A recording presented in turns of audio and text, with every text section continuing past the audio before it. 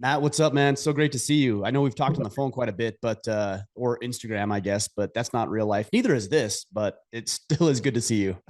It's a hair closer, right? Like I don't think we've quite covered the virtual ground of how to hang out with people yet. Like we're Yeah, like better than we were, but there's still something missed in this format, right? Because like eye contact's not quite right because yeah, of the camera because angle and the everything. It's camera. just I don't know if this is still considered like whatever the uncanny valley is with the virtual thing, Yeah, but we're not quite there yet.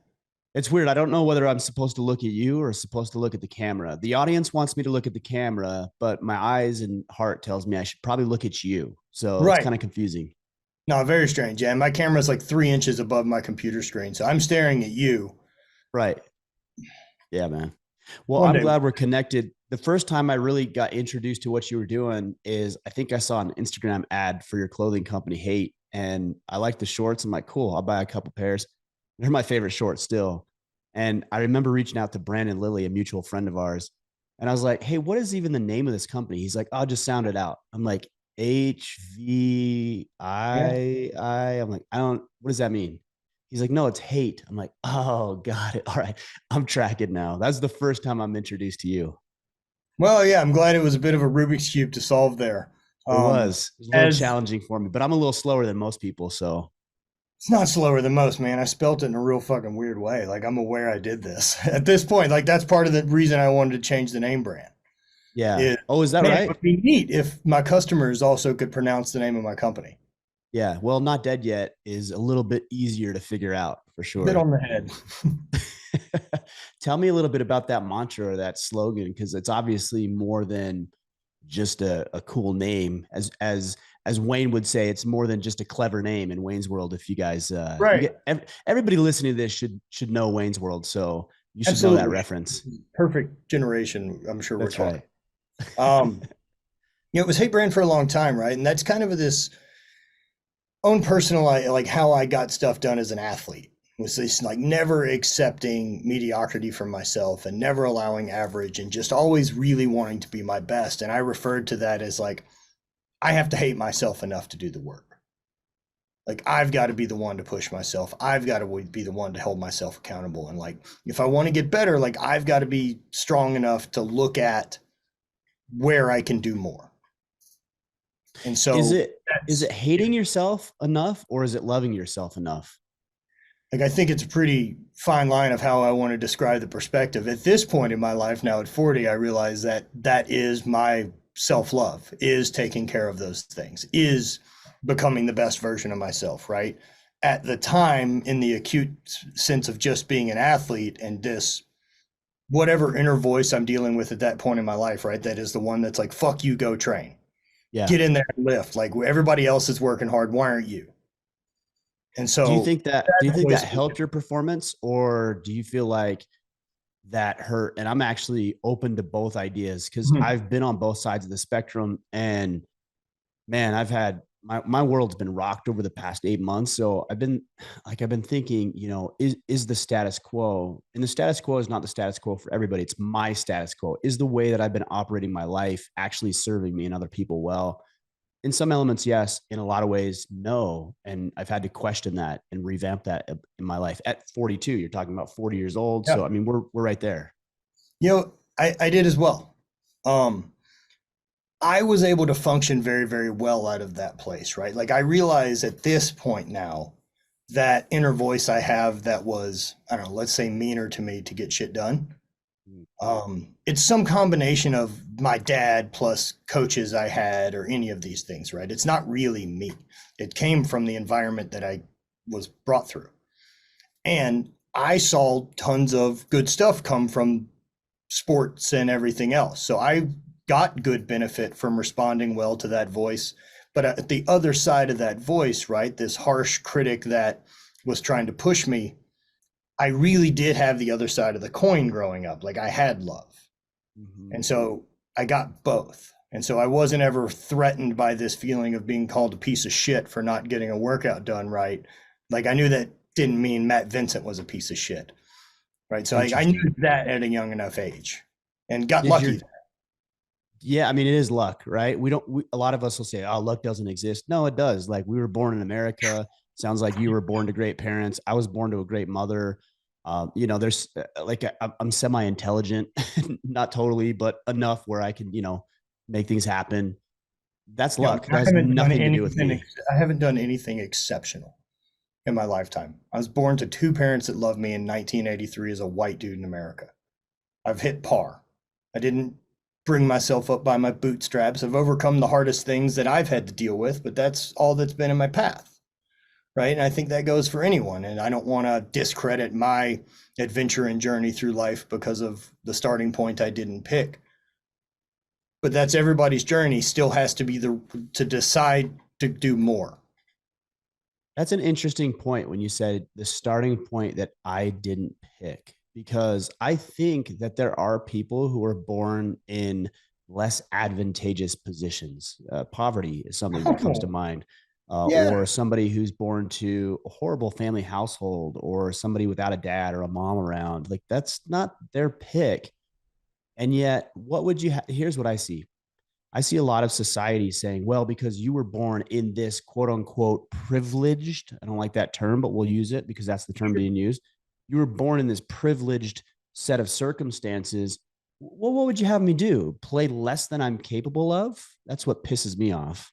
Yeah, it's a bummer, right? Because we have so many people that get stuck in comparison, and we know that that's what's going to crush people is what you don't have, right? Is people get stuck in lack and they're operating in scarcity and everything else. The more you travel and the more you experience too, right? Like in the last, and this year I've been to Africa twice. We went to South Africa for a trip that was a very fun tourist trip. And then I went to Uganda earlier in March with a friend, Justin Wren from Fight for the Oh, Forgotten. he's been on the podcast. He's an incredible human. Incredible human. So he is a homie, and he hit up me and my media guy to go help him tell Fight for the Forgotten story. Yeah. So we went to Uganda with him for 10 days and got to hang out in Western Uganda, like two like grass runway plains to get to where we're going. Wow. You know, we don't have poverty. No. And we have fat homeless people. Bro, I was at the grocery store today and I saw this guy, and he's a homeless guy, or maybe not homeless, but he's got some mental issues, We have mental health issues for sure. right? And he does, and I've seen him for years around here, and no judgment. I mean, I don't know what he's dealing with. I don't know what mental issues he's dealing with. I don't know his situation, but the guy is overweight. He's got fairly new clothes on. He's always got a cigarette in his mouth. I'm like, you are not poor. Like, and that's good. I'm not saying that's bad. I'm just saying that sometimes we think, oh, we have it so hard. It's like, we really, really don't. You know, we helped Justin's team document putting and turning over like a water well to a community that serves about 1,000 people, and then also turning over this 50 acres of land to the Batwa Pygmy people. And you know, you're talking about people without running water.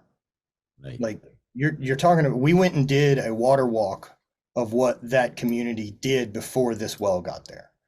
It What took me was the 4.5 distance? hours. Oh, Yeah, it took me 4.5 hours, and it's probably a little over a 10K, so like 6.5 miles and maybe 2,000 feet of elevation. Yeah, I was slaughtered. right. Most people in my country fucking die Yeah, right. Exactly. if that switch got flipped tomorrow. Also, I think a 100-yard swim kills most people in our country. So it was about 6 or 7 miles. Were they doing that daily? Yeah. That's freaking crazy. Yeah, So so you're the guy talking that we about were around, four right? hours Like every single day. this guy Michael that did the walk with us, by the way. No way I would have. He's done it since he was probably 5. He's lived in the area. He's now 30 and graduated from college with a degree in community development. Lovely wife, and they live in a mud brick home about 10 by 20. Where did he And go to up until college? 2 weeks ago, about 2 hours away. Okay, got it. So, I mean, which is how far school is, which is how far the hospital is 3 hours. And like people don't have cars, right? Like there's no one to call for, oh, there's an emergency. Like, no, there's not a number for Right. that. And so, yeah, man, I've had things pretty good. I left my cell phone at the house the other day and I damn near lost my mind. Right. Look, it's the hedonic treadmill, right? It is this sense of whatever you get used to becomes your fixed point. Like, so like however kind of a happy person you are and what level of abundance you live in, no matter what you purchase externally or grab a hold of, you're going to return back to that normal state. Yeah, of course. I mean, in a lot of ways, that's nice, because aren't we all trying to elevate our current state? I think that's part of what we do as humans. That's why we've evolved to who we are today. We wouldn't be in the position we are if we didn't, worry about that. But it's a double-edged sword. It's maybe the better term, a catch-22, right? We have these incredible benefits, but they come at an expense, and we don't Hmm. weigh that expense very often. No, and with that, right, like there becomes a difference if you're using the hedonic treadmill type of idea to level yourself up because you're self-aware and you're trying to push yourself. But if you're operating out of scarcity and you believe that this next thing, next purchase, a little bit bigger house, the next job is going to be the answer to whatever this question is and finally make you feel fulfilled, then you're in a losing game. Mm. If you're not happy now, you're not going to be happy then. All right. So, admittedly, this is where my slowness comes in. I've heard a lot about hedonism, hedonic, that sort of thing. You're talking about the hedonic treadmill. Admittedly, I just looked it up while we were talking. It says relating to or considered in terms of pleasant sensations. So, what you're talking about is chasing pleasure. Is that Mhm. what you're saying? Well, not just chasing pleasure, right? But chasing like fulfillment. So like if I'm just chasing like, oh, I bought the new house, I feel great. In 3 or 6 months, I'm back to feeling how I was before I bought the house. So Because I it's a think we define those terms a little different because I think pleasure and fulfillment are different. So here's how I would view it, and tell me what you think. So pleasure is just feeling good. I okay. could I could go jack off, after our conversation, and that's Yeah, but that's pleasure. I can acute, feel good. right? Like I look at that as like an acute pleasure. Sure, but it's not Whereas fulfillment fulfillment is because long-term pleasure. That fulfillment would be the internal pleasure. yeah, and I think that comes from, so tell me what you think on this fulfillment. I think fulfillment comes from not the absence of pain or suffering necessarily, but the ability and capability to overcome meaningful suffering. That's how I view fulfillment. I think fulfillment ends up covering a lot. I think that's part of it. But I also think fulfillment comes in, the pursuit of a purchase, a purpose. Exactly. Yeah, agreed. I agree. Fulfillment can come from serving your community and any type of those things. So, yeah, I mean, again, look, just comes down to semantics of how we define a word, but I think we're both on the same page of. I think we are. I'm just wondering that instead of chasing pleasure, which is I think what you're referring to when you refer to this hedonic treadmill, Or even what should we happiness, be? right? Like What this should we? ethereal Yeah, feeling agreed. of I'm supposed to now feel this way because I have these things. Look, I have the house, I've got the car. Why am I still bummed out and bored? I was Why told is that this that? would bring success, and success is supposed to be comfortable with my feet up and me Right. relaxing. And I'm filled with anxiety and I'm miserable. What so why is that? Why is it the next thing? Because you've been relatively successful with regards to your sports performance, your business. I think from the outside looking in, everybody'd say, "Oh, this dude's pretty successful." So why is it that those things that most of us look at and think, "Oh, if I had the bigger house, the bigger car, more money, a better body, a more attractive woman, fill in the blank, that my life would be better." Because I still think a lot of those people are looking to be identified by the things that they're getting. And if you have an identity that's wrapped up in something else other than you, like I think you're just in a losing battle all the time. Because then you're banking on that thing to take care of it, right? Like if I'm going to identify as Matt Vincent Highland Games guy and eventually that sport ends, we're going to be in a real weird spot. If part of my identity is being in the military, if part of my identity is being a high school football player, whatever it is, when that time comes to an end, it's tough. But if I can be excited in change and be excited in whatever the next task is, that's in the pursuit. And so I guess the way I break it down, right, is we have this idea that like happiness is something we're kind of entitled to for working hard. That if I follow X, happiness comes. That's the rules. My parents said it. I went to college. I got the wife. I did the thing. Here's happiness. And it wasn't there. And it isn't there for a lot of folks. And I think one of the beautiful things in our Constitution, whether intentional or not, is the life, liberty, and pursuit of happiness. Mm. Because the brilliance there is pursuit. Because that's where the good stuff is that you're chasing something you give a shit about. Like that you care to continue to get better, that you continue to learn more. And that keeps you present, it keeps you active, it keeps you thinking, it keeps you out of comparison, it keeps you focused on you. And I think that stuff over the long term is really what brings happiness. We're in a weird spot though, because on the hierarchy of needs, right? Whereas what I saw with the Batwa, as a community that's got nothing, happiness and love, they got plenty. Plenty. And it's because they have community, they have purpose, and everybody's got value. Because it's really simple there. We got things to get done every day so that we all have food, water, and fire. When we're at kind of a place where we're at in our society, right, that like hierarchy of needs, we've now moved up towards self-actualization. That means you now have to pick your purpose. That's way tougher than daddy telling you what your purpose is going to be. And most people have a real tough time deciding what they want to do in their lives.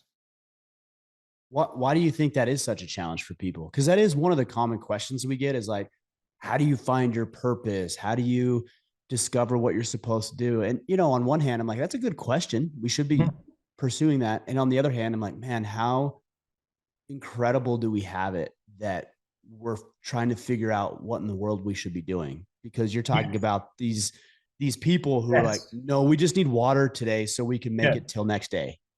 Yeah, like they don't have a term for future tense. Right. What are you even talking about 2 weeks from now? Yeah. But I mean, again, but that's living in the shift mindset to being in abundance. Like I can be bummed that I don't know my purpose, or I can be really excited by the fact that I live in a world and a time that I get to try to pursue things that I'm just interested in. Like we're only like 2 generations worth of people who've been given the opportunity to even try that. Other than that, it's have a job, right? Like we have time now to pursue things. What's funny is I was talking with my daughter. I think this was just yesterday, and I can't even remember how we got talking about it, but I told her that about 250 years ago, America wasn't America. Right. And she's like, wait, what? I'm like, oh yeah, we were part of England and we came over here to expand that empire and we decided enough is enough. And we talked a little bit as appropriate about how that all played out. And her mind was blown. She said something interesting. She's like, 250 years. Like, is that a long time? No. I mean, it might sound like it, to her at 9 years old. That's not a long time, No. 250 years. And if you look at it in the scheme of things, like the idea that we're free, you were talking about the Constitution, like these ideas are so etched into our DNA that we just think, oh, isn't this the way it is? No, it's not the way it is ever. Rule. Right.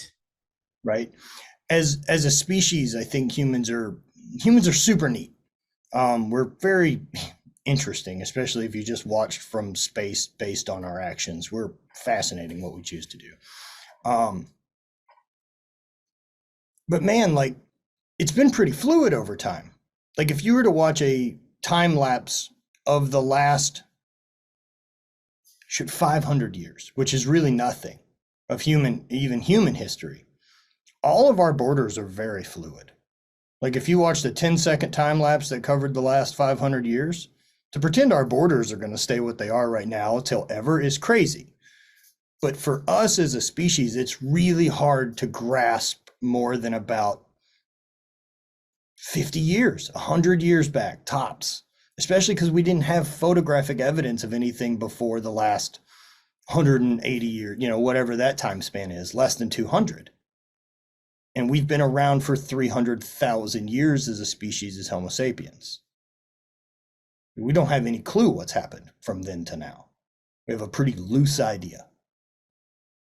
If you're not chasing happiness or maybe I misunderstood, but it's not the result that we deserve. Like we don't deserve to be happy. Some people think, well, I'm entitled to happiness. No, that's not a right. You're not entitled. The universe does not care. Right. Does not, I mean, obviously all of us have been Completely miserable. indifferent. It doesn't want you upset. It doesn't want you bummed out either. Like you're not a fucking martyr to this existence for choosing a hard path for the sake of it.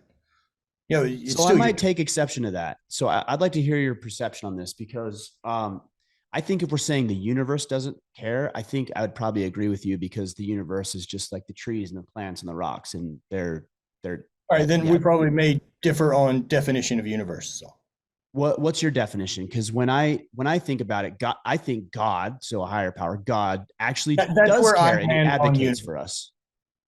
That's So where you I don't land on universe. so you don't think God advocates for you then? Is that what you're saying? I do not. What do you think? Well, I'm not much on the big capital G Christian God to begin with. So So God for what me is the universe is then? the universe, So what is the right? That purpose is of the the quote higher unquote power. universe? What's the purpose of it? I have no idea. Well, you say you believe in a higher Dude that lives on a power. rock in a corner of it. Say it again. I'm a dude that lives on a rock on a corner of it that'll only be here for like 70 years. I don't have any, I threw rocks in a field. I don't have any concept of what the purpose of the universe is. That's interesting. I can appreciate that answer. But I'm wondering if you have a concept of a higher power, if the higher power is indifferent to the way that we're living our lives, what is do you feel like there's a reason for a higher power, or is it all So I think the nothingness? higher power would be whatever we want to call it, right? The vibe, collective, Sure, unconscious. right. So I do think the higher power is the collective, is all of us in the universe. Everything's the same and figuring out how to operate in somewhat harmony. Like I think that's the all of us trying to align. That's the But for what universe. outcome? And the reason I say this is because if there is a higher power, and these are questions I'm asking myself too, so I'm really glad we could have this conversation. Yeah. If there is a higher power, then I think based on what you're saying, there is some, at least I believe, tell me if you don't believe this, but there is some sort of intelligent design behind it. And if that's the case, why? Like if there's a design, what's the greater purpose? I don't know. Do you Yeah, I think don't there know. is And I one? believe it also I don't know as well. Hmm. I think it could all be made up. We don't have any concept of what happens after the lights get turned out. We have faith on a bunch of things. I mean, but Sure. do I think that we nailed the grand idea of creation? I don't. Yeah. I don't I I mean, don't think that either. I Of think we're course. How probably could a little we? off base there. Yeah. I mean, from my perspective, the closest I can get is to read the Bible and the word of God and apply it. That's as close as I can get, but that's a lot of words Sure, from but man as then we're well. also So that's right. We're also talking about a book that handpicked what gospels it wanted to add to it, right? And so as soon as you add man editing to it so that it has more power to put people in seats, like now we're talking about marketing. hmm, interesting. Church has been a hell of a business. Yeah, no doubt. No doubt. Yeah, yeah. And I mean, look, and I'm not anti-religion. I think people need community. And I think people need conversations for all this. Um, but I think treating any of that stuff as like a textbook is where things get strange. My Because I thought mean, we're is aware of civilizations that took place long before the Bible has given us dates that align. my thought is that let's just say, just for the sake of argument, that what we're talking, the Bible is not the word of God. Let's just say that. Sure. Uh, my thought is it's weird. I don't know if I need it to be because it leads me to a good life. Right on then. Right on Yeah. then. So Yeah, then that it's a makes sense. philosophy book. And that doesn't make the rules hard either. Those are rules you're Right. choosing to follow, right? That doesn't make them right and wrong.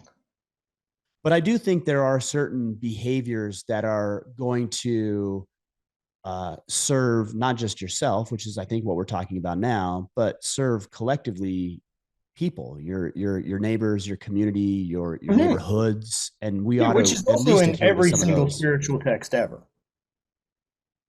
Agreed. But there are people who choose not to follow those rules and Mhm. think that they're entitled to live a life that is contradictory to what might be good for the whole, Yeah, those people are assholes. or And the same criminals, way I feel or about the mentally Westboro ill. Baptist Church people, right? Like, I mean, there's assholes in every group. Christianity is not the fucking biggest fuck up, neither is anything else. Mm-hmm. People Yeah, are the problem. agreed. People. people Yeah, people can be the solution and the problem, right? yeah. People are the problem, right? Like, and I guess whatever I believe, right? Like, if we're going to talk about God, what that means for me, it's the source, man. Like, when you have those moments and you feel transmission come through, a download, whatever you want to call it, this information about, that makes more sense. A divine moment, that connection to source when everything seems clear and things are present. That to me, like that's being close to it. And Yeah, I'm I can. operating toward that, right? Like I don't know what that thing is. Do I think it's an old dude in robes with a big beard? I don't. But the big beard's kind of, I mean, the big beard's Sure. kind of appealing, right? White Jesus is a great selling tactic. We love him. White Jesus. Well, it's funny because That people, sure as shit I ain't might, what he looked like. no, I mean, of course, how could we know? But it's funny because if you look at We most know he didn't look cultures, they like all that. have their own Of course. cultural version of Jesus. If you look Yeah. at Asians and they believe in Christ, he's going to have more of an Asian tint Mhm. to him. It's like, of course, It's we've marketing. got to relate with it, right? You have to go for the target demographic. That's For sure. as soon as the filter gets laid over the other thing. At some point, they're like, we got to change this up. People aren't coming in. But where I get hung up is I'm really glad we're talking because I don't think we totally see eye to eye on this, but I'm really glad that we can talk about it in a respectful way. Is where I get hung up is like I might post a picture of Jesus, let's say hypothetically, white Jesus, and people be like, "That's not what he looked like." I don't care what he looked like. I really Oh, don't care what he looked like. Let's talk and about the with this messaging. said, just that's exactly right. Look, because of how we've decided to communicate over the last 10 years, we've made a lot of switches because we're now communicating by text way more than we ever communicate in person. Mm-hmm. So we lose 99% of like nonverbal communication just through that way of communicating. So I'm losing empathy, I'm losing tone, I'm losing context for the last 10 sentences we just said to each other. And I'm reading everything in whatever fucking mood I'm in, especially if I'm sitting around in a shitty attacked feeling all the time living in scarcity. And so everything someone says that disagrees with me was actually a stab at my beliefs instead of like, it didn't have shit to do with me. Right. So you posting white Jesus, right? Do I think there's some obvious things I could point out to be a prick? Yeah, of course I can. What do I read as your intention of posting that? That's what I give a shit about. I want to be able to read someone's intention and not worry about so much about what our sloppy language does because we all define words differently. I mean, look how much you and I have now had to sit here and actually define words to find common ground, to realize what we're both trying to explain. It's a sloppy fucking tool. Whereas if you could actually just understand everything I'm intending you to, that's a way different ballgame. And so now communicating with people, I try to do that. And I think the responsibility is on both of us. And that's where people get lost. Because a lot of people, at times I see this is like, all right, so you just said it's my responsibility to communicate a message that I intend, right? You just said that. So a lot of people will say, well, it's Matt's job to make sure he does a good job communicating. And sure, but it's also my job to make sure that I get to the root of what you're actually saying rather than, I like your term, sloppy language to describe and articulate it. Yeah, look, I mean, further depth, right? Of, one of the first things I dove into when I started trying to, resort myself out was, different books. And one of those being the Four Agreements. Highly recommended and really incredible. And I believe a lot of that, right? Like, don't take things personal, be impeccable with your word, don't make assumptions, and always do your best. Really simple rules. So like, don't take it personal. There's no way that you were sitting at home and thought about me when you made that post. I'm very aware that everyone I deal with is pretty much only thinking about them. Yeah, right. That eliminates a lot of feeling of, oh no, everyone insecurity or fucking gives a shit about you. They don't. They're busy. They're tied up in their own shit. And then being impeccable with my word, that does make it on me to make sure that you understand my intention, right? Because I'm never going to try to be a prick to anyone. If I have to try to be a prick to someone, I'll probably just pass on having an interaction with you. I'll just skip it. It's fine by me. We don't have to hang out. Right. I'm not interested. I don't care that we don't agree on things. That's fine by me. Come on, man. You don't want to win everybody you I come don't in fucking contact with care, over. man.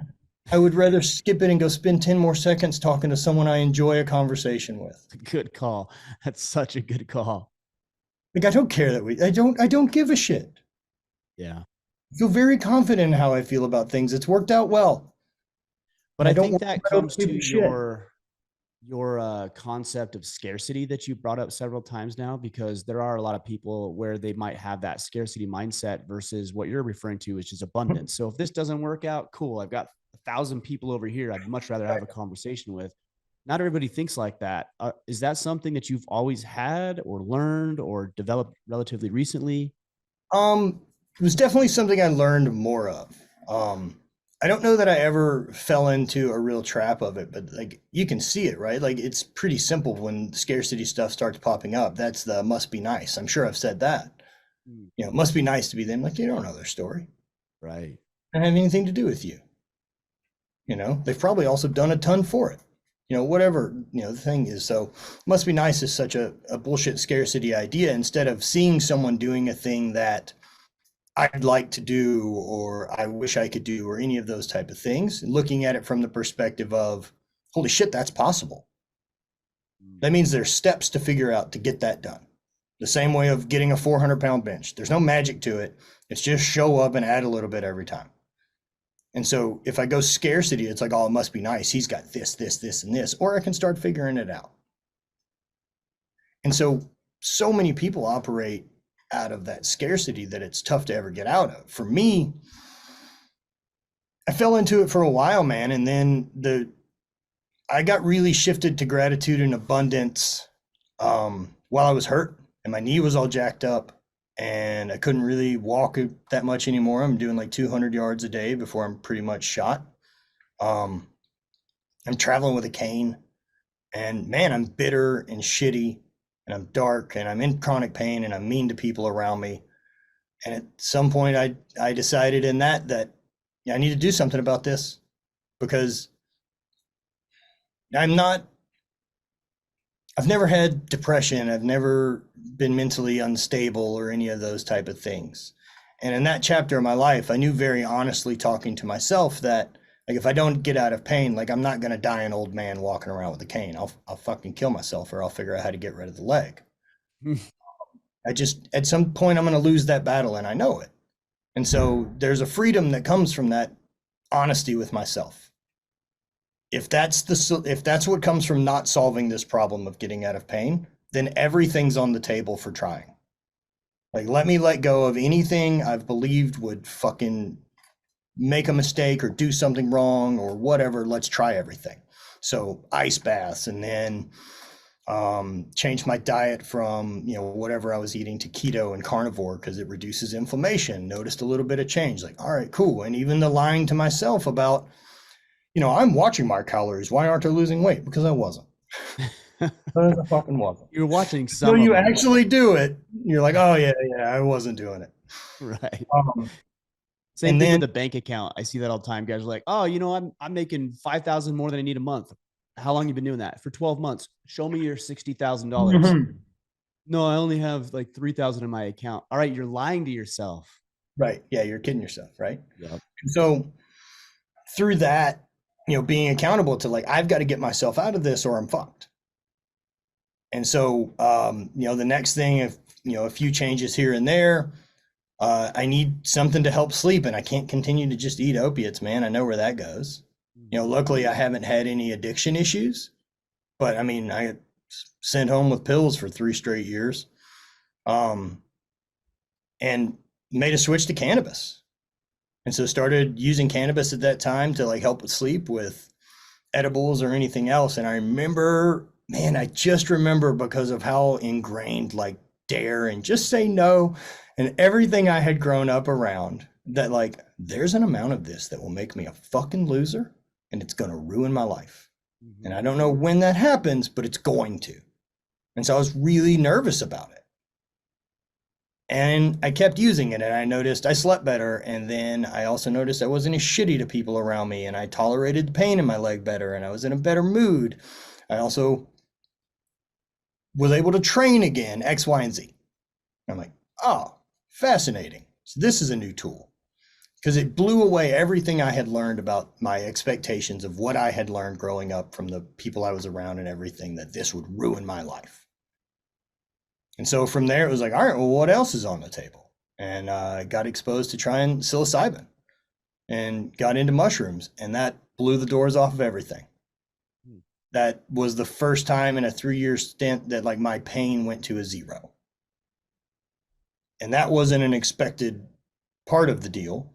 But when that happened, and then I realized like I just had nothing but love for the people that I was sharing space with that night. And man, if that's a side effect from the thing I'm taking, I'm into it. Do you feel like ever, because I've had the same things that you thought with cannabis or psilocybin or any of these, ayahuasca type experiences. Do you feel like these are truly things that unlock or help, or are they a cloak, and do they disguise or sedate or cover up in some way? Because that's where I naturally gravitate, to be honest. Well, I think that goes back to the intention of using the tool. I don't think those things have any good or bad intention to them, right? Like I don't mean their intention. I mean ultimately your use of those things, because do obviously I think they can be abused? Of course. So we're fucking cheeseburgers, yeah, good point. right? Like, so I mean, that's a user error. That's for you to determine. But to lump everything in as good or bad is fucking crazy. That makes sense. I can get behind that, because No, and if it's not for you, sweet. At least no. Well, here's one that gets me quite often, is like people be like, "Oh, I gotta have my coffee because I need my caffeine for the day." Well, okay, yeah, you're on drugs. Now we're just talking about degrees of drugs that you're going to use. That's all we're talking about now. That's exactly it, right? And as soon as my perspective shifted to that and realizing that, like, oh, you mean I'm taking a chemical to help improve my performance today? Right. So where does this differ from caffeine to protein?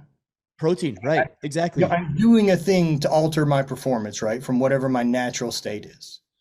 The same thing with taking pre-workout, right? And like, yeah, it's not like I put a lump and draw a line either. Like, it's not that I don't believe cocaine or heroin or any of these other drugs are inherently bad. These are fucking miracle drugs that we came up with to help solve medical problems. Being abused by people is the problem. I mean, we still have prescription cocaine. We still use, right? We developed heroin because we thought it would be a less addictive morphine. We were incorrect. This is part of how science fucking works. Yeah. I think there's also, we have to consider our personalities, right? I mean, yes. I know that there's no such thing as trying. There's no such thing as dabbling. That is not in my vocabulary. Like, if I'm in, I'm in. And I have to be very cautious on the things that I do, whether it's alcohol or caffeine or any of these, which admittedly I have not tried. I mean, I've smoked some weed when I was younger, but that's about it, more than some of these other things. But I think it's important to know ourselves so that we don't take it too far. Do you run across that? Like, do you have an obsessive type personality? Do you have a personality where it's like all in? The world of throwing rocks in a field. I'm not exactly. Yeah, right. Good call. Yeah, I have a bit of an obsessive personality. And yeah, dude, I like all of it. But I mean, addiction wise, I also have no problem in saying like, oh shit, well, I'm not going to use anything for the next 30 days. And I don't have any problem with that. I think, again, it's trying to figure out how to use the tool to benefit you the most. I mean, do I think there's some wonderful thing to living in a natural state? Well, again, what does that mean? Does that mean no coffee, no caffeine? So at some point, I don't know where the line gets drawn. Right. I don't think my government has drawn the lines for me in a way that is decided on what's good for me and bad for me. Well, I don't think I want anybody, especially the government, a collective of people grabbing power, telling me what the line. I'm not interested in that. I think especially if we should make decisions, but sure. And if we've built a culture that has gotten away from any type of delayed gratification and wants medication to fix a thing immediately without any work, none of this shit works. It doesn't work that way. None of it does. Not mushrooms and not fucking whatever diet pills you take. Like Right. it You all might get takes some you sort of having to do that. temporary experience, but yeah, It's an enhancement, sure. but it's not where you operate from. Is there a point where there's too much mushrooms? Fuck yeah. Like you're not going to get a lot done. And I do think, look what we've seen with people as far as mental health stuff, right? That like if you've got schizophrenia in your family or any of these things, I think maybe don't dabble. I think probably be smart about that. But Well, I and I think think that's where you're talking about with regards to the line. You say, well, I don't know where the line is. I think you probably do, but it's not the same for everybody, right? So correct. if I could look at, for example, alcohol abuse. I don't have anything against anybody who wants to have a drink. I would love to have one, but I know that if I have one, I'll have two. And if I have two, I'll have four. And if I have four, I'll have eight. So I'm going to not do that because the line is blurred for me and I'm not interested in that. And the line I may don't not be blurred for you, but it's blurred for me. And I need to know the line of what's helping me be a better man and what's keeping me from being a better man. In my case, alcohol was keeping, I felt good, but it was because I was an asshole. I well, turned into a straight up two questions, asshole. right? Two questions in that I think are really fucking important in regarding an action you're taking. Because I don't believe in inherent good or bad. What is your intention of doing it? Are you disconnecting or are you trying to connect? Because there's a Disconnect big for difference sure. in me sitting here and fucking smoking a joint to not deal with work, to not deal with my bank account, to not deal with my bullshit, and me deciding to have a joint with my chick and sit on the couch and enjoy a movie together and be intimate, right? There's a difference in the intention of why I'm choosing to use the thing. And that Yeah. goes for mushrooms, ayahuasca, food, sex, porn, whatever it is, whatever your vice is. You know, they can be things that connect us or they can be tools that don't. So that's a litmus test for you. Is this activity or behavior something that's going to connect me to somebody I care about, or is it going to disconnect me from that person or some experience I should be having? Right. Or am I purposely trying to disconnect? And if I am, let's fucking be honest and say it. I'm not saying that that's a negative to do all the time, but I don't want to be blind to the intention I have of like, yo, I need a fucking minute. Right. I guess for me the thing is with that disconnection is I realize, okay, I am for what alcohol use, like that's a disconnect for me. Like I gotta Hmm. tap out. Like I too much, I'm out. Hmm. So I disconnect. And I'm thinking about it, this weekend, tomorrow actually, I'm taking my kids to go camping. That's a disconnect. And for me, that's a happier, healthier, more productive disconnect Oh, than getting yeah. sloshed and But treating everybody that's a like shit. real that's not a disconnect from your bullshit. You know, Fair. Good point. that's a disconnect from some outside interference that is your normal life, getting yourself into an actual new environment to have a different fucking perspective, literally. Slow down, get present. You'll be out in sunshine. You'll be out in green, which we can see on any type of scientific stuff helps our mental health. Like, oh, no kidding, you felt better going camping. It ain't magic, right? Like it is getting a moment to catch your breath and do all those things. And I think just like the way we train, right? That if I train really, really hard for 5 or 6 weeks, like I build a deload into my schedule so that I stay healthy and then I train really hard the next 5 or 6 weeks. When's the last time you built a deload in toward this career that you're growing? To say like, hey, I still feel really good and excited, but next week I'm going to slow down just to slow down and let my thoughts catch up and sort through some of the things and look back and say, what did the last 6 months do? And do I want to continue on this path or not? What would I like to change? Instead of just reacting to whatever the next thing that got put in front of you was. I think that you need some time to slow down and be able to actually be aware of what you're doing with your time in your life and Yeah, reevaluate always. I agree. Cause I mean, my natural tendency is like, I don't deload. You hear that? I'm like, ugh, deload, take time off. Like, I'm not, nah, I can't, I That's gotta be what productive, bro. what the amazing American thing that we've built into people. How dare you relax? How dare you relax? Hustle, hustle, hustle, hustle. And I'm for it.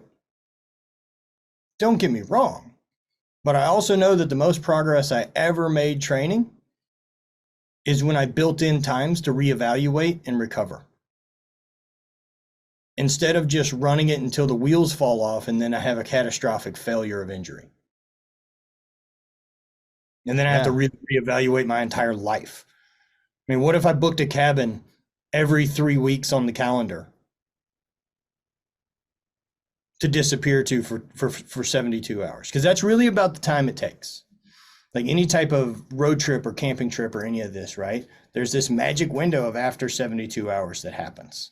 Like day one's a little anxious, trying to get into the vibe of thing and the rhythm and shut off what was going on. And day two is a little bit less of that noise. And day three, you're no longer where you were. You're now in rhythm of a new thing. And it all fades out. And it's important.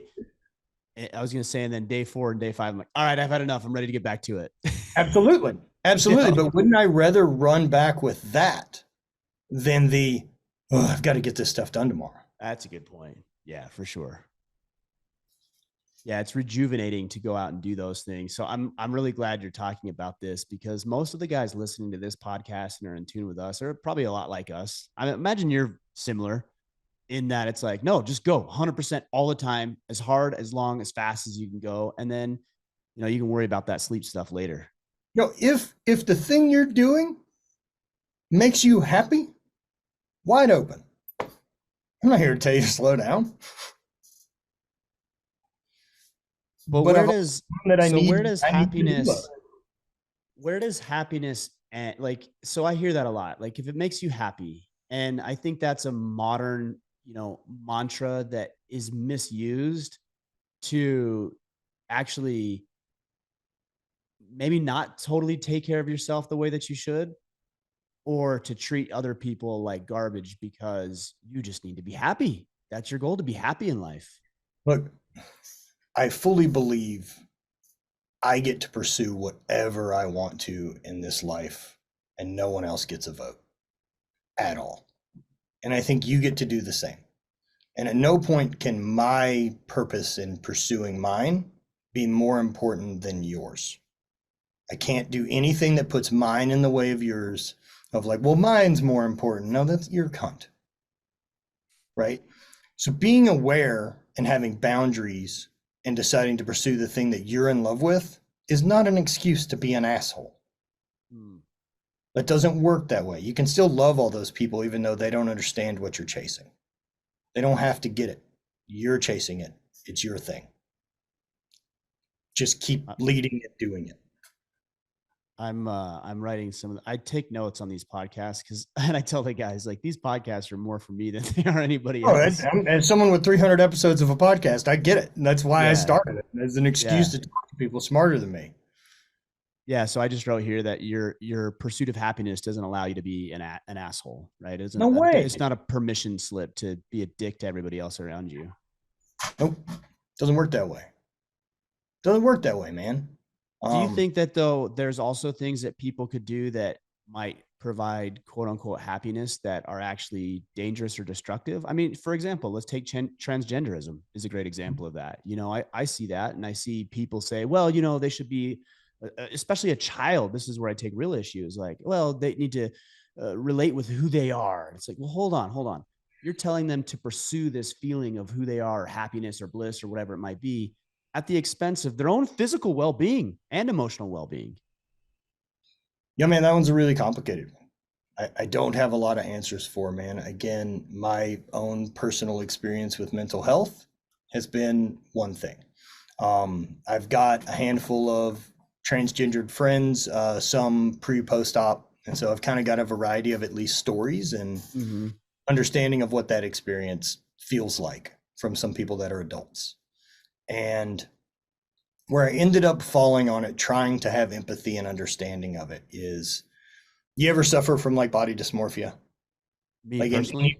any way, shape, or form of like, look in the mirror and wish you feel like you're a little bit leaner than you actually look. Or that's the only thing I could say is like, I wish that I was, you know, more fit or more strong, or not as, you know, maybe a less body fat percentage, something like that. But like the way you feel internally and you look in the mirror, there's a slight disconnect. For sure. Yeah. I feel better than maybe I actually look, I would say. Right. And so if I can be aware of at least that tiny feeling, right? That the mirror does not reflect back to me what I feel internally. Mhm.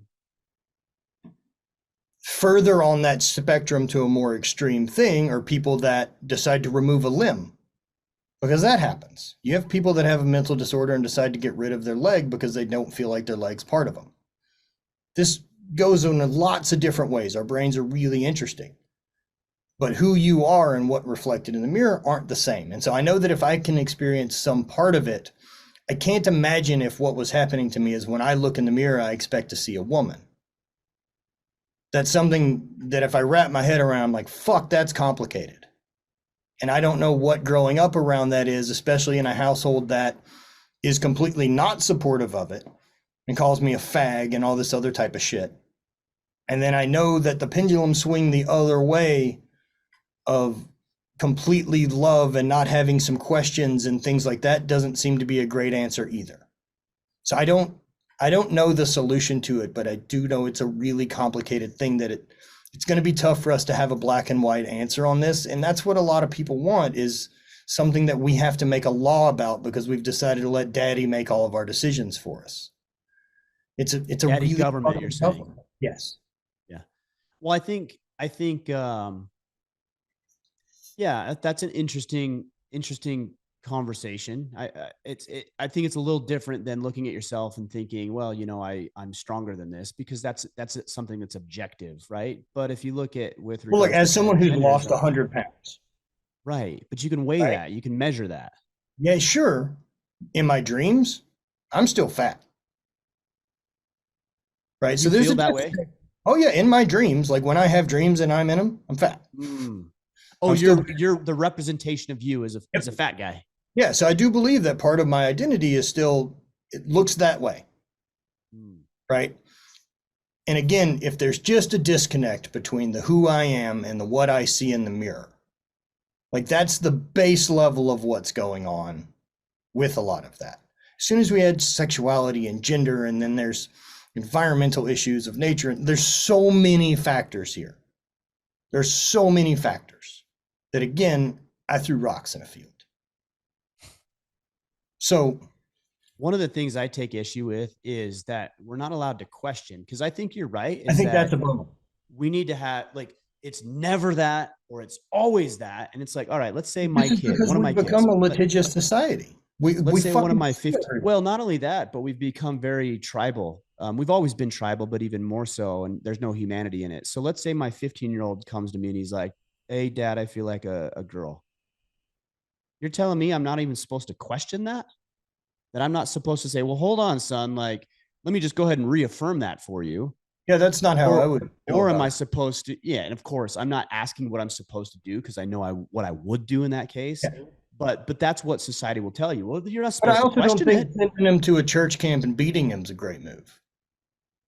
Right. And I'm not suggesting that You know what I mean? So, you like, go that I mean, route. that's what we did for a long time, right? This is a pendulum swing. Yeah. Yeah. I think there was a lot of, obviously, more punishment and some of that came with it, for sure. Yeah. Yeah. Interesting. I'm dropping in my head. This is what, like, this is actually one of, and I've had a lot of conversations, like I think 460 or something, with incredible people. I'm like, man, this one's interesting because it's causing me to think, and we don't see it all the same. So I'm like, No, this which is is, look, good. I want to talk to other intelligent people who've thought through things. I'm not right about any of this. This is my perspective. This is what I've landed on that allows me to see the world in a way that I enjoy seeing the world. Yeah. One of the things that you've talked about, and you shared with me, is that you have different retreats. I mean, I know you travel, but you do different retreats as well.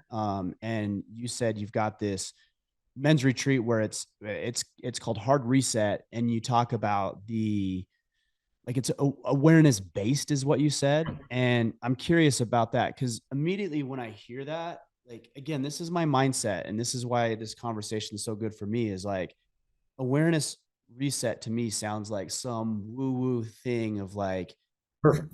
get happy and feel wonderful and forget your responsibility. Like, that's Okay, what so I then hear. second So I would second love to hear question I more have about for it. you following up on that. Does that create a negative or a positive for you? does it elicit positive? Is that Yeah. what you're asking? Yeah. It elicits negative for me. Okay. So I don't attribute awareness to being negative. I attribute awareness to me being able to have an honest communication with myself that doesn't have judgment involved. And especially not judgment of expectations of people that I don't fucking answer to. So having men come in for this weekend, right, and be able to realize that their past, whoever they grew up around, whatever those circumstances are, you didn't pick. You didn't pick any of those things. They're not who the fuck you are. You don't have to continue carrying any of this shit with you. You can decide right now in this moment to let it go, hit reset, and start taking fucking actions and building a plan to become who you want to. We've just proven that you got here based on the surroundings you were in and the things you experienced. So what now if you get at the wheel and decide to start pointing the car and where you want your life to go toward the experiences that'll shape you into being who the fuck you want to be? Right? Taking control of shit. Realizing that these things that happen to me aren't me. It does suck. It's a super fucking bummer that terrible things happen to people. Whatever it is, being not loved, being too loved, not learning things, feeling like I can't try new stuff because I should have known how to do that by now, and realizing, everyone sucks at stuff, by the way, just that it so happens the last time you sucked at things, you were a kid, and you pretend that that's because you were a kid instead of new at it. So congratulations, as an adult, you should probably suck at stuff again. And maybe that sucking with stuff is you got to start sucking at learning how to talk to yourself. Why do I feel that way? Why do those triggers hit? Why does that offend me when it isn't about me?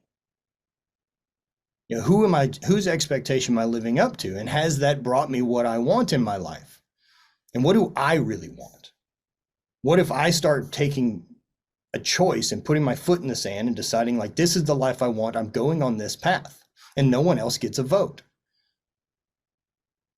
Like, that's awareness. And I want people to be able to leave that and start taking action, and give them some tools with breath work, a couple different varieties, tools of being able to how to journal and start having that communication with yourself and build a practice around it. Install a morning routine. Figure out how to put your oxygen mask on before you start trying to help anyone else for the day. Like, man, otherwise you just stay reactionary and in fight or flight the whole day long. We sauna and we cold plunge.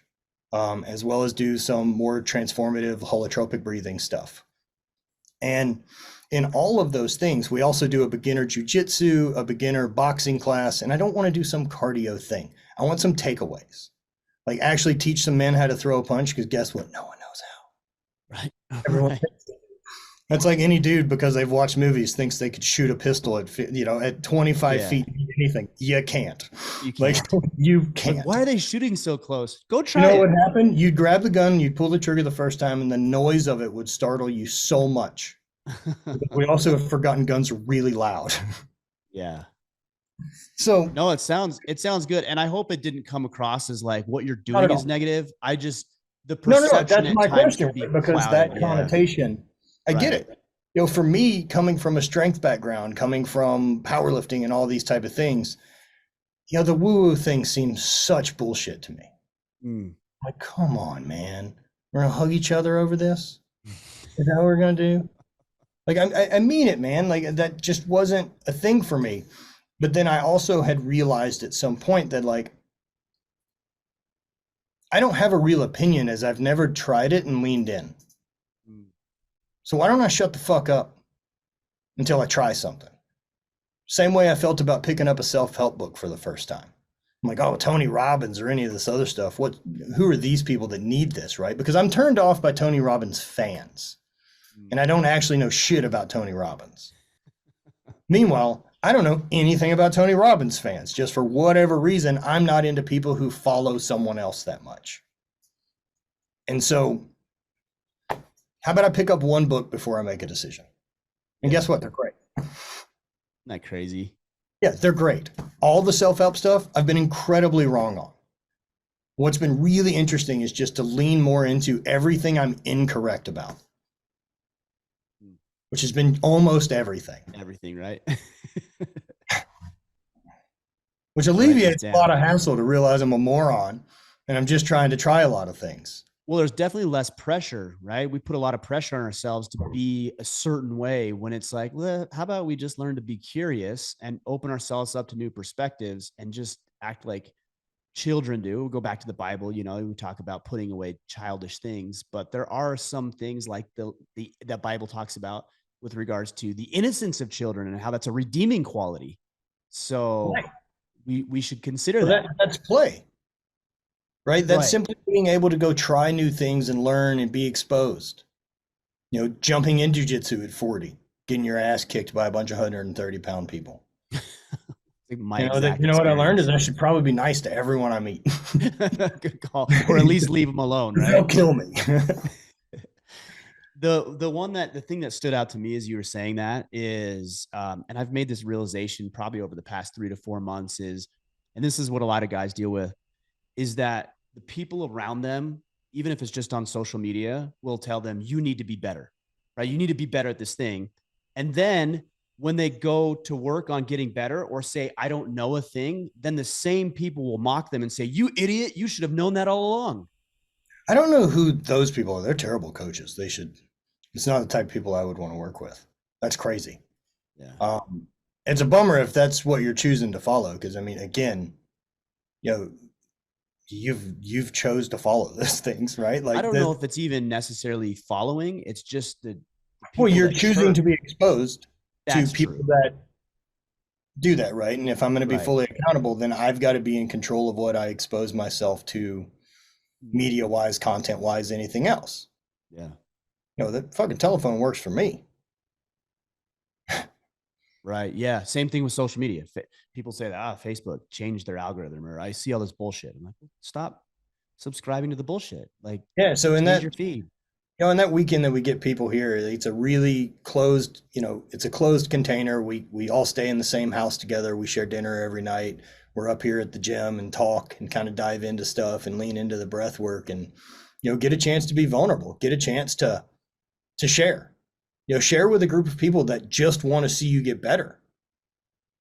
Like that's it. Like what if you surrounded yourself with people that are on the same mission as you instead of ever having to justify to someone in your life why wanting more than what you have is a problem? Right. Fuck them. Right. They can go. Or also, I can have no animosity toward them and still pursue the thing that I'm interested in. They don't get a vote. They can't physically restrain me from pursuing it. They can choose not to be my friend anymore. That's okay. I'll make new friends doing this new thing I'm into. That's where I'm trying to get personally is get over the attitude of F them and more of the attitude of indifference. Like, hey, look, you have your reasons for acting the way that you do. And, I don't appreciate it, but I don't hold any ill will against you. I'm just not interested in maintaining a relationship with you. So that level of indifference has been very eye opening for me. I look at it like being intentional with my energy, right? That every day I've got like 100% of a battery to spend. And I'm not giving 2% of my battery to some asshole in a car in traffic. Mm-hmm. Nope. He doesn't care. Why waste it? I will wave and move on and go on with my life because I realize I can get to work when I want to. Right.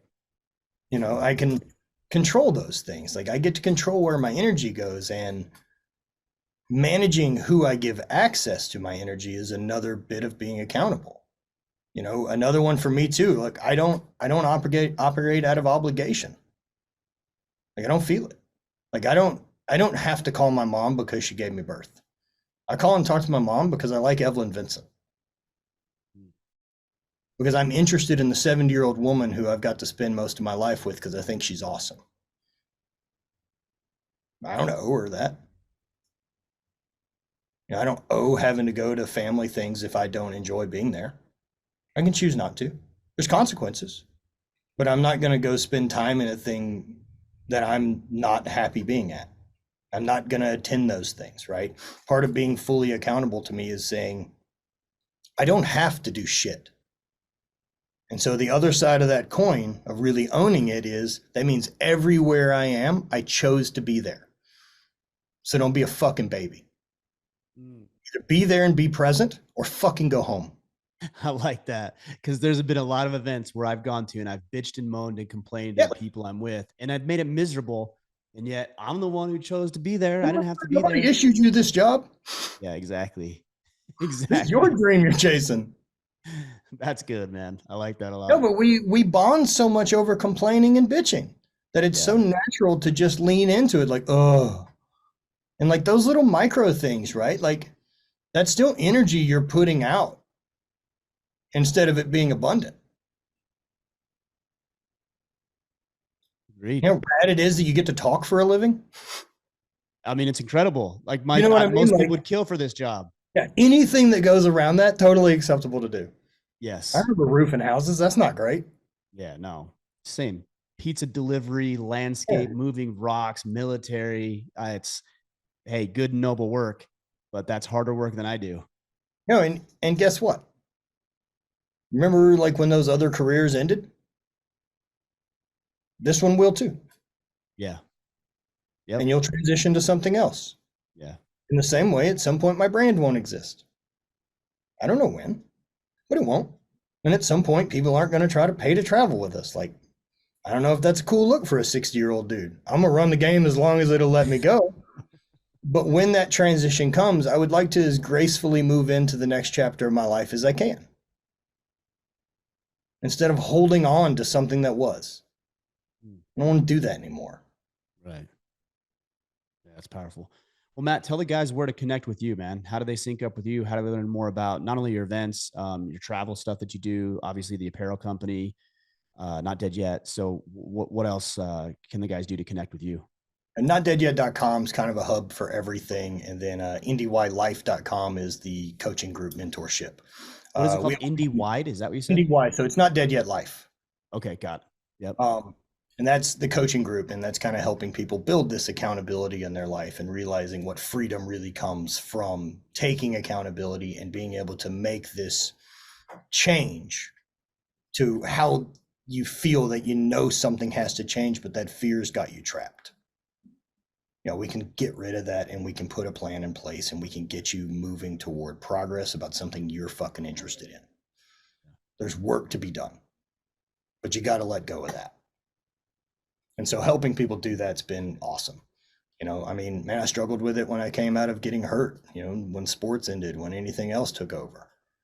And so being able to transition from chapter to chapter and not being stuck, I think is a huge human skill. We host retreats. I host 2 a year, these men's retreats. The next one's in October. It's a weekend here in St. Louis. And like I said, it's all inclusive. I think we have 6 spots left open. We only do it with 10 people. And I really like trying to keep it intimate. That way we have enough time for one-on-one and really getting into deep discussion. We host an open house here at my gym every Sunday from 10 to 2 called Sunday Service. And it's an opportunity for people to come in, train, hot, cold. We don't charge anything. It's just kind of a come be part of a community of people who are interested in getting better this day and not sitting around drinking. Now, it's cannabis friendly, so whatever that means to anyone else, but spaceship. No one else gets a vote in here. That's right. And if you don't like it, you don't have to come. That's right. That's cool. Exactly. I'm good with that. Yeah, so that's kind of all of it, man. If anyone needs anything that I can help with, shoot me an email, matt@mattvincent.net. Excellent, man. We'll sync it all up so the guys know where to go. I'm looking forward to getting to know you better. Like I said, this is a conversation that I don't think we see eye to eye exactly 100% on everything, but I'm glad. Like, I'm really grateful, actually. I don't want to you be can surrounded challenge by me. people No, who I think know. like I do. And you can challenge me on some things. I'm like, because I took notes. I'm like, And I'm I'll sure be thinking vice that a versa. little deeper. Yeah, hopefully. That's the Yeah, I'm idea. sure. Why wouldn't it? Are you going to be around the Summer Strong? No, not this year. I'll be traveling. I've got a lot of hunts and things like that planned. So Winter Strong, I make it to just about every year. For guys who don't know what that is, Sorinex, Winter Strong, and Summer Strong, definitely check out both events. They're incredible. Never done winter. Oh, you need to go. I know. I know. Yeah, get out there, man. That's good people out there. It's a great event. Obviously, anytime you're surrounded by Bert and his friends, like those are good people. So you can't go wrong. Yeah. And man, I've been so happy to know those guys for as long as I have. I mean, it's gone on 2007. Is that right? Yeah, he's a thrower too. Is that how you guys Yeah, got so introduced? Bert did Highland Games and then was a thrower in college. And so yeah, I was road tripping. I was going to Colombia quite a bit for work in my old life, doing outside sales work in petrochemical industry. They had a couple refineries around there, and so I would go and post up in Colombia so that I could go train at Soronex's headquarters 3 days of the week while I There was you there. go. And That's just a like place to sneak train, in. man, right And there. like this was back then, so like it's just this one room with Bert and G and Pops. It was the World only three different people in today. there. Yeah, totally different, right? And so like I got to see a lot of that evolution, Yeah, that's and cool. I've known Bert ever since, man. Yeah, good They're people. awesome. All right, brother. We're gonna sync everything up. Again, appreciate you. Thanks for the feedback and information today. I know this is gonna resonate with a lot of guys. Yeah, dude. Thank you so much. We'll get you on swap on shows too. I'd love to chat with you more. Absolutely. Let's do it.